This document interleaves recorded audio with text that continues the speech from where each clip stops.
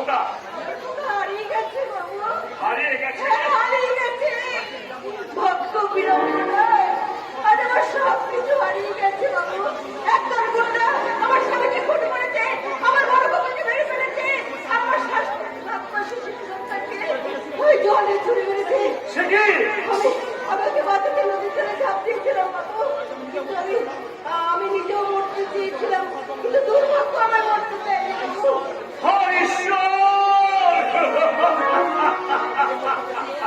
যে মরতে চেয়েছিল তাকে তুমি কত সহজে বাঁচিয়ে দিলে ঠাকুর, আর যে বাঁচতে চেয়েছিল তাকে তুমি অগ্রমে কেড়ে নিলে কেন ঠাকুর? আপনি কার কথা বলছেন বলুন? আমার স্ত্রীর কথা। হ্যাঁ, কিছুক্ষণ আগে তার সব কাজ করে নদীতে স্নান করে আমি বাড়ি ফিরছিলাম। বাড়িতে হয়তো আমার 2 সন্তান কাঁদতে কাঁদতে ঘুমিয়ে পড়েছে, আর তখন থেকে আমার এই শিশুকন্যার কান্না দেখে তুমি সামলাতে পারছি না। আমার মনে হয় এই মেয়েটাকে আমি আর বাঁচাতে পারছি না। অমন কথা কেউ বলে? দিন আমার কাছে, দিন আমার কাছে, দিন। এই মেয়েটা একদম কাঁদবি না, এমন করে কাঁদছিস কেন? আরে বাবা, মানে তো কি হয়েছে? আমি তো আছি, আমি তো তোমার। হ্যাঁ, আপনার সবকিছু ফিরে নিল। ঈশ্বর যখন আপনার প্রাণ ফিরে দিয়েছে, তখন আসুন না, আসুন বাকি জীবনটা আমার এই শিশু কন্যার মা হয়ে কাটিয়ে দেবেন। কি বলছেন আপনি? মনে করুন, ওই শিশু সন্তান আপনার সেই হারিয়ে যাওয়া সেই শিশু সন্তান। কিন্তু হ্যাঁ, আপনার আপত্তি আমি বুঝেছি, তাই আমি আপনাকে কথা দিচ্ছি, এই সমাজ সংসারের চোখে আমরা দুজনা স্বামী স্ত্রী পরিচয় নিয়ে থাকলেও আমরা দুজনার কাছে আমরা চির অচেনায় থাকবো, চির অচেনা।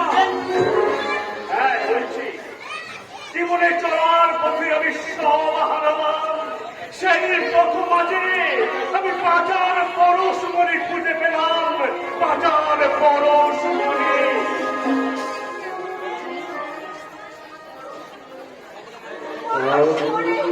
হ্যাঁ চলো।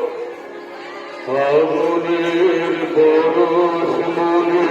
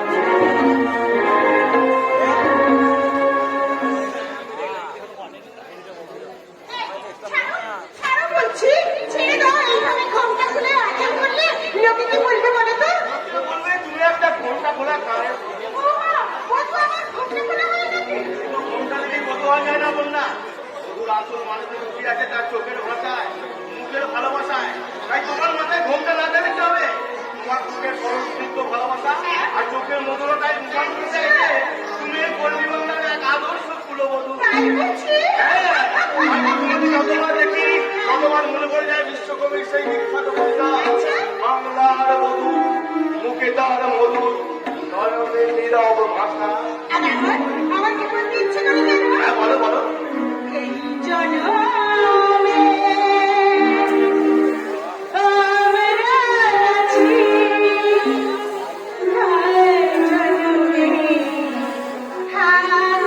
থাকবো আমরা।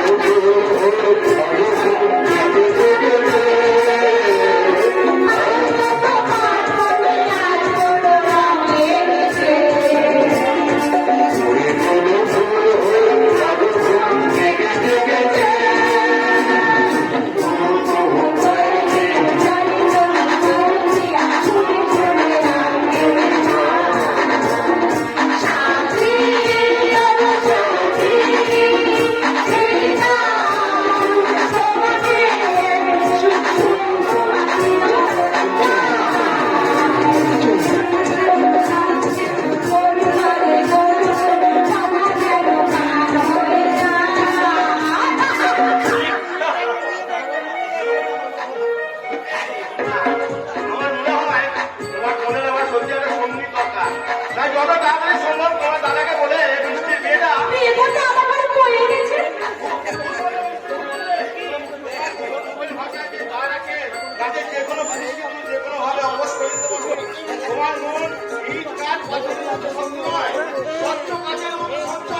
তাই সোয়াকে দুটো আনাতে আমাকে দেখে কি হচ্ছে সে যখন যাবে তখন দেখা যাবে।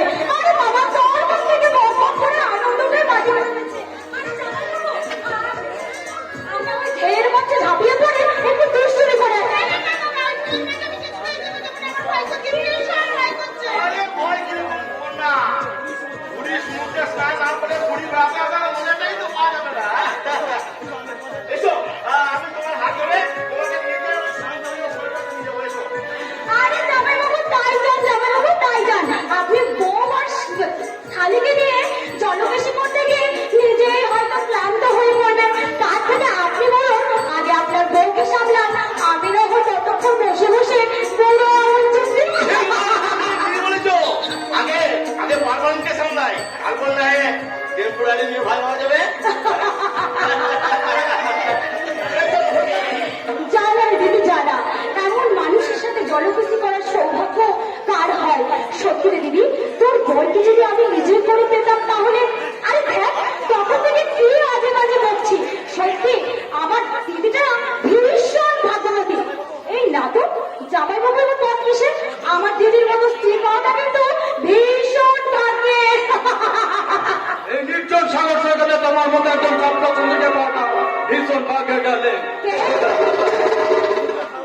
এই নির্জন সাগর সৈকতে একা একা মন মরাবো না হয়ে চলো না ওই সাগর তোমাদের মাঝে ঝাঁপিয়ে পড়ি। ওই সাগর তোমাদের মাঝে আমরা ঝাঁপিয়ে পড়ে তোমার যৌবন তরঙ্গের মধ্যে ওই যৌবন তরঙ্গের মধ্যে ঝাঁপিয়ে পড়ে তোমার যৌবন সাগর মন্থন করে আমি তুলে আনবো কোথাও শুনে।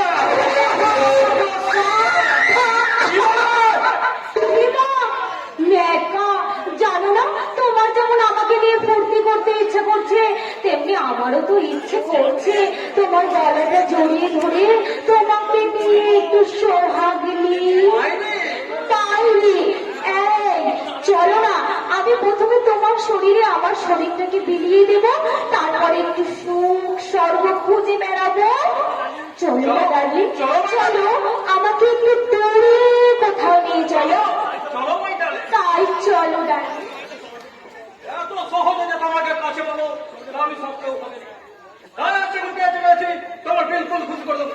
চলো এসো এসো আমার সঙ্গে। আমিও কি তোমাকে কম খুশি করব?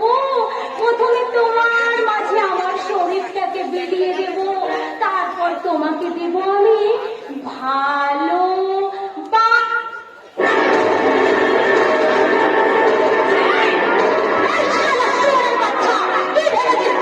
আমি কি তো সেনা পারবি যে আমাকে নিয়ে গেলে তুই বিছানা করবি? না ছাড়ো না, তবে আমি কিছুতেই ছাড়বো না। তোর এই হাত দিয়ে তুই আমাকে বিছানায় টানতে চেয়েছিলি, তোর এই হাত দুটো আমি কোমরে কোমরে একেবারে ভেঙে মজবুত করে দেবো। মাননীয় দর্শকবৃন্দ, অবক্ষয়ী সমাজের বাস্তব চিত্র যে একটু একটু করে পরিবর্তন হচ্ছে, এটাই হলো তার জ্বলন্ত প্রমাণ। আজকের মেয়েরা কান্নার পরিবর্তে হাতে প্রতিবাদের হাতিয়ার তুলে নিয়েছে। এবার হয়তো প্রকাশ্য দিবালোকে নারী খুন, ধর্ষণ আর শ্লীলতাহানির পরিবর্তে শুনতে পাবেন নারী কর্তৃক পুরুষের গণপিটুনি। এই যে মিস্টার, বেশি লেকচার দিলে না আপনাকে আমি। উপস্থিত ভদ্র মহোদয়গণ, এরপরও আপনারা বলবেন নারী অবলা জাতি, ওরা শুধু কাঁদতে জানে। ভুল ভুল, সবই ভুল। কাঁদার চেয়ে অনেক বেশি ওরা কাঁদাতে জানে। এই যে কি বললেন? ঠিক বলেছে। ঠিক বলেছেন দাদা, ও ছেলে মেয়ে নয়, ও ছেলে একবারে কাল লাগেনি। কাল লাগেনির কাছে কাল নাগ না সেজে ঘোড়া সাজলে তো এরকম পরিণতি হয় বাবার। এই যে আপনি আমার ছবি তুললেন কেন? সাংবাদিক, গাড়ির ছবি সংগ্রহ করাটাই আমার পেশা। আর তাছাড়া আমি আপনাদের সমস্ত ঘটনা দূর থেকে দেখেছি এবং আমার এই ক্যামেরাতে বন্দি করে রেখেছি। কিন্তু ওই ছবি দিয়ে আপনি কি করবেন? কালকের খবরে কাগজে প্রকাশ করে সবাইকে জানিয়ে দেব আপনার মতো একজন বদরাগী মহিলার কুকীর্তির কাহিনী। এই না না ভগবান, ওই ক্যামেরাটা আমাকে দিন বলছি, নইলে কিন্তু আপনাকে আমি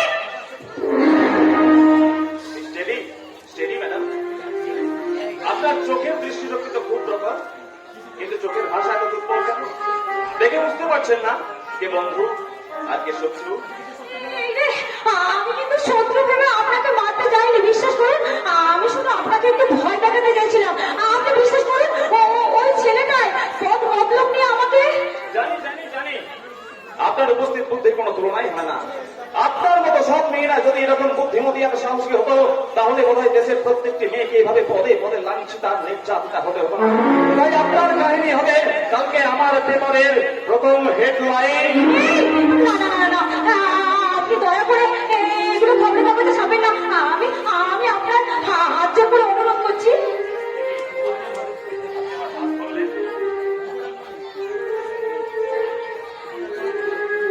sorry sorry reporter, I am very না না না না না না না, রিপোর্টার নয়, রিপোর্টার নয়।